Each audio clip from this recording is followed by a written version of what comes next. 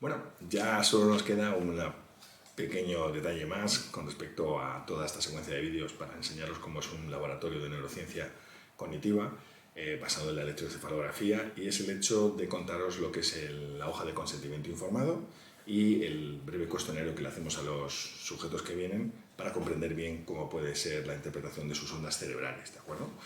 La hoja de consentimiento informado no es otra cosa que darle al sujeto la información que requiera sobre la duración que tiene el experimento, si, digamos, puede ser molesto o no en algún momento determinado. Por supuesto, no va a sufrir ningún daño, pero sí lo podría sufrir por algún accidente, etcétera, etcétera, ¿de acuerdo?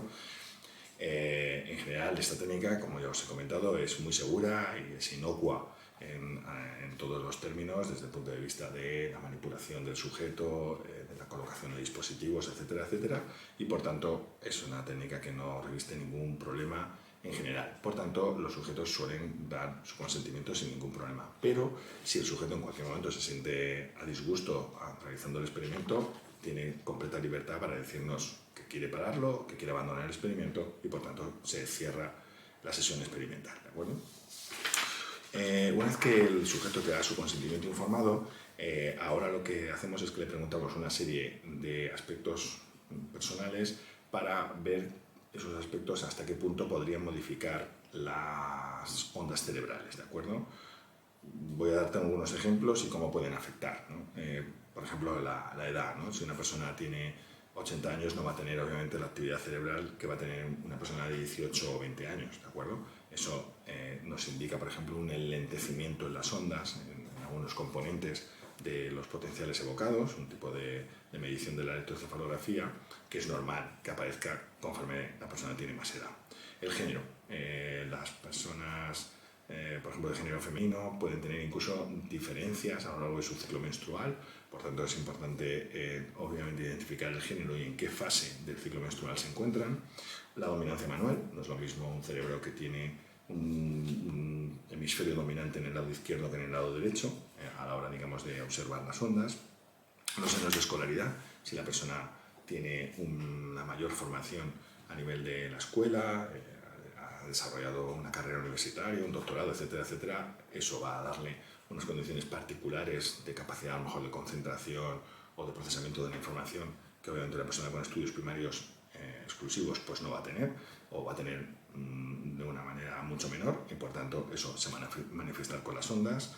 La hora de realización de la prueba. No es lo mismo hacer la prueba a las 10 de la mañana, acabado de despertar, descansado, con el sistema nervioso simpático activo, que si lo hacemos a las 4 o 5 de la tarde, en la fase más parasimpática del día, donde hemos terminado de comer y nos entra a lo mejor un poquito de sueño, etcétera, etcétera. Pues bueno, los niveles de alerta y por tanto las ondas que están relacionadas con eso pueden cambiar.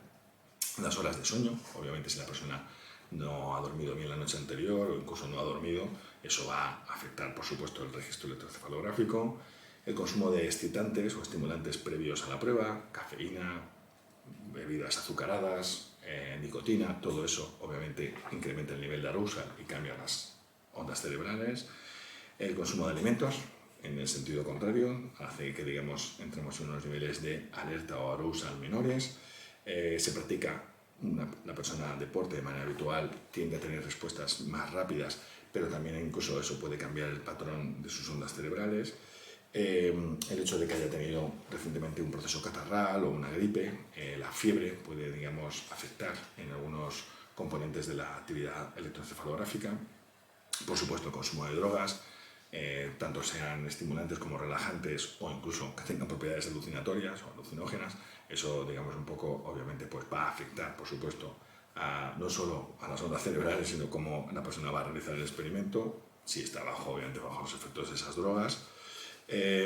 Si sufre de alguna condición psicopatológica, crisis de ansiedad, depresión, cambios bruscos del estado de ánimo, etcétera, etcétera, todo eso obviamente puede afectar a cómo va a desarrollar la tarea y, por supuesto, puede afectar en la expresión de la actividad eléctrica cerebral. ¿De acuerdo? También si toma algún tipo de medicación, precisamente para tratar esas condiciones psicopatológicas, si toma ansiolíticos, antidepresivos, eso, por supuesto, también hay que anotarlo para poder interpretar bien los datos.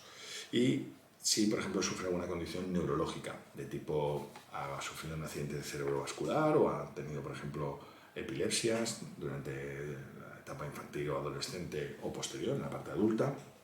Y por supuesto, si lo mismo toma medicación para compensar ese tipo de patología, ¿de acuerdo?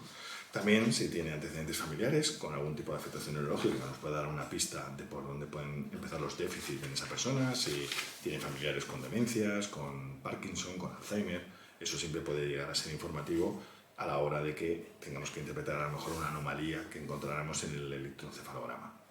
Y por último, hay un aspecto curioso que también puede afectar y es si la persona es extrovertida o introvertida. En caso de la introversión, pues parece que los potenciales cambian, digamos, pueden llegar a ser a veces más amplios y sin embargo en la extroversión pues pueden, digamos, minimizar su amplitud, pero eso no siempre es una regla fija, puedes encontrar lo contrario también. Pero bueno, se apunta por si acaso eso puede darnos algún tipo de explicación o interpretación sobre los datos generales del estudio, ¿de acuerdo? Así que bueno, con esto completo esta especie de pequeño video tutorial para enseñaros cómo es un laboratorio de neurociencia y nos vemos en otro vídeo de este canal. Bueno, ya sabes cómo va esto. Si te ha gustado el vídeo, dale like, suscríbete y nos vemos en el próximo vídeo.